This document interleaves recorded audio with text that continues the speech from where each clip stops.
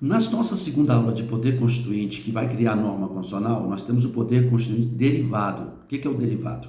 É o poder que tem a Assembleia, que é o Congresso, de reformar a Constituição. Ele vai reformar a Constituição porque ele está previsto, porque o direito muda, pô. A sociedade muda.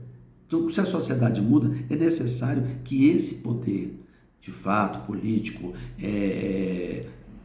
que reforme a Constituição para ter uma natureza jurídica constante. As emendas à Constituição, que obedecem lá ao artigo 59 e 60, onde você tem as limitações materiais e circunstanciais ao poder de reforma. Você vai mudar a Constituição toda, mas o alicerce da Constituição você não muda. Por quê? Porque você não pode mudar os direitos e garantias individuais, senão você viola o princípio do não retrocesso. Nós não queremos uma nova ditadura no Brasil.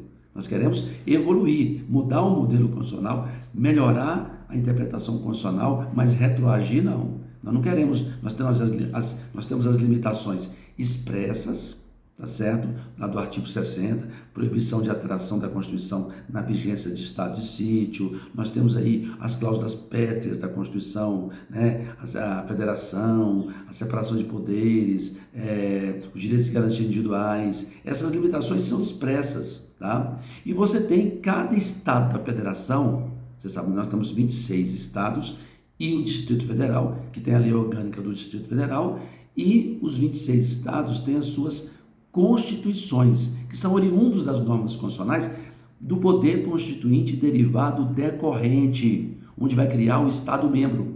Então, se você pegar o Estado de São Paulo, tem a Constituição Estadual do Estado de São Paulo, que vai obedecer às normas oriundas do direito constitucional federal, porque o que você vai fazer é uma pirâmide similar, onde você tem a Constituição Estadual, onde você tem a emenda à Constituição Estadual, onde você tem as limitações, você faz um modelo pelo princípio da simetria.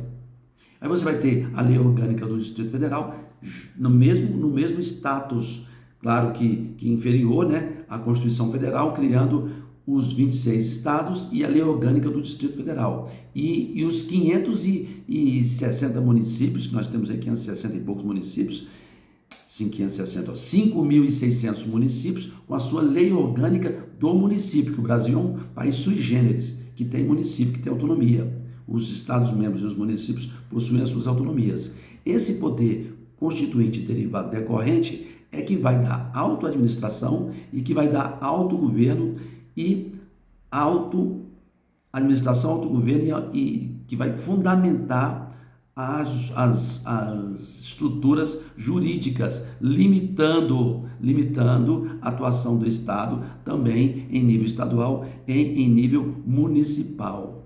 Claro que você vai obedecer os princípios, toda a Constituição Estadual e a lei orgânica do município irão obedecer os princípios constitucionais sensíveis, estabelecidos e vedatórios. Quer dizer o quê? Nada pode ser feito contra a Constituição, senão será declarado inconstitucional perante o Supremo Tribunal Federal no controle de constitucionalidade, tá certo?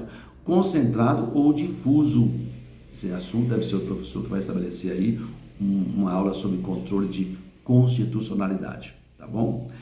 Feito esse avanço, a gente vai para o poder constituinte derivado revisor. Porque se a sociedade muda, eu preciso fazer uma revisão. No Brasil, nós tivemos a Constituição de 88 e em 1993 nós fizemos uma nova revisão da Constituição, tá certo? Nós fizemos até uma resolução número 1 do Congresso Nacional que fez a revisão da Constituição de 1988. Isso foi tranquilo, né? Mas a gente não pode abolir na revisão a forma federativa, não podemos abolir o voto direto, secreto, universal, não podemos abolir a separação de poderes e nem os direitos e garantias individuais.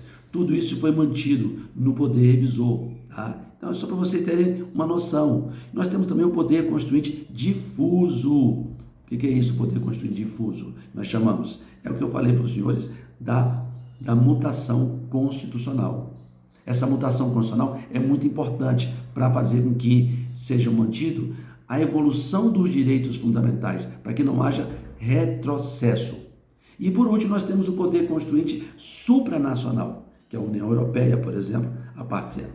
Infelizmente, a Inglaterra saiu da União Europeia, no Brexit, né?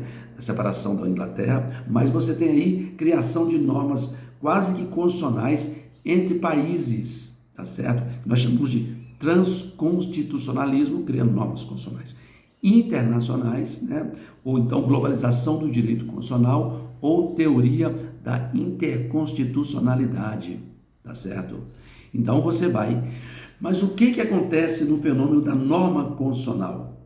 Eu tenho uma Constituição, nasce outra, a norma constitucional, que está de acordo com a nova Constituição, será recepcionada. Porque quando você nasce uma Constituição, todas as normas anteriores serão revogadas. Revogadas. O que tiver de acordo com a nova Constituição será recepcionada, tá certo? Então você tem aí uma importância desse modelo constitucional, tá certo? Quando você tem compatibilidade, recepção. Quando você não tem compatibilidade, revogação parcial ou total da norma anterior. Por quê? Porque o poder constituinte é inicial, é ilimitado e ele é incondicionado. É muito importante isso, tá certo? Características do fenômeno da recepção. Então você vai ter a recepção material, surge uma nova Constituição, a Constituição anterior vai ser recepcionada se for adequada àquela nova Constituição, tá certo? Depois você vai fazer o que nós chamamos de adaptação. Normalmente o Supremo deu aos estados da federação 1 ano para que eles adaptem as suas constituições estaduais, para que elas não sejam revogadas pela Constituição de 88. Então, quando nasceu a Constituição de 88, todos os estados tinham constituições estaduais.